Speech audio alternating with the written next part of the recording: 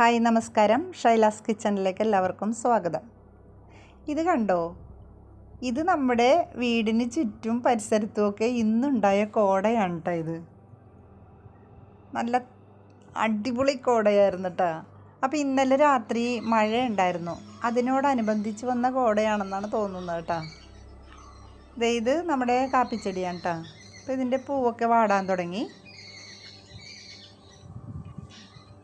ഇന്ന് അടിപൊളി എന്ന് വെച്ചാൽ നമ്മൾ സാധാരണ മൂന്നാറും പീരുമേട്ടിലൊക്കെ പോകുമ്പോഴുള്ള കോടയില്ലേ, അതുപോലത്തെ കോടയായിരുന്നു കേട്ടോ നമ്മുടെ വീടിന് ചുറ്റും പരിസരത്തുമൊക്കെ.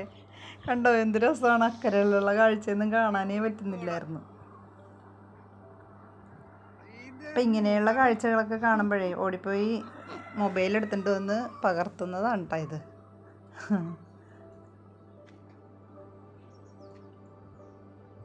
നമ്മൾ സാധാരണ പീരുമേട്ടിലൊക്കെ പോകുമ്പോഴേക്ക് നേരിയ മഴയൊക്കെ ഉണ്ടാകും, അപ്പോൾ ഭയങ്കര കോടയായിരിക്കും.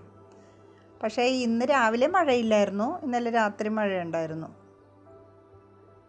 അപ്പോൾ അതുപോലത്തെ ഒരു നമ്മൾ പീരുമേട്ടിലൊക്കെ കാണുന്ന പോലത്തെ കോടയായിരുന്നു.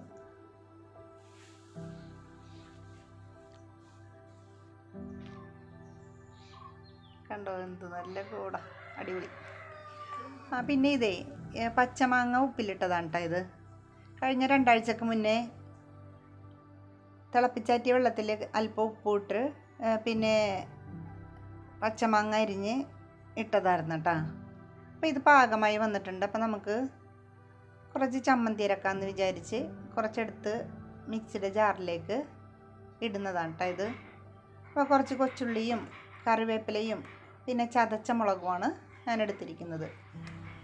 നമുക്ക് ദോശയുടെ കൂട്ടത്തിലോ ഇഡലിയുടെ കൂട്ടത്തിലോ പിന്നെ ചോറിൻ്റെ കൂട്ടത്തിലും ഒക്കെ കഴിക്കാവുന്ന ചമ്മന്തിയാണ് കേട്ടോ ഇത്. നല്ല അടിപൊളി ടേസ്റ്റാണ്.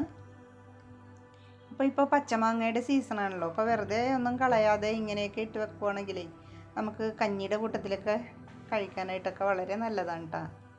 അങ്ങനെ ചമ്മന്തി ഇവിടെ അരച്ചെടുത്തിട്ടുണ്ട്.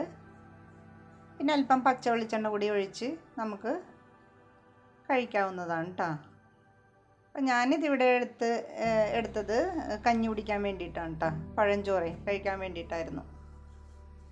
കണ്ടോ അടിപൊളി ചമ്മന്തി റെഡിയായി. അപ്പോൾ ഇനി അടുത്ത വീഡിയോയുമായിട്ട് വരുന്നത് വരെ എല്ലാവർക്കും നന്ദി, നമസ്കാരം.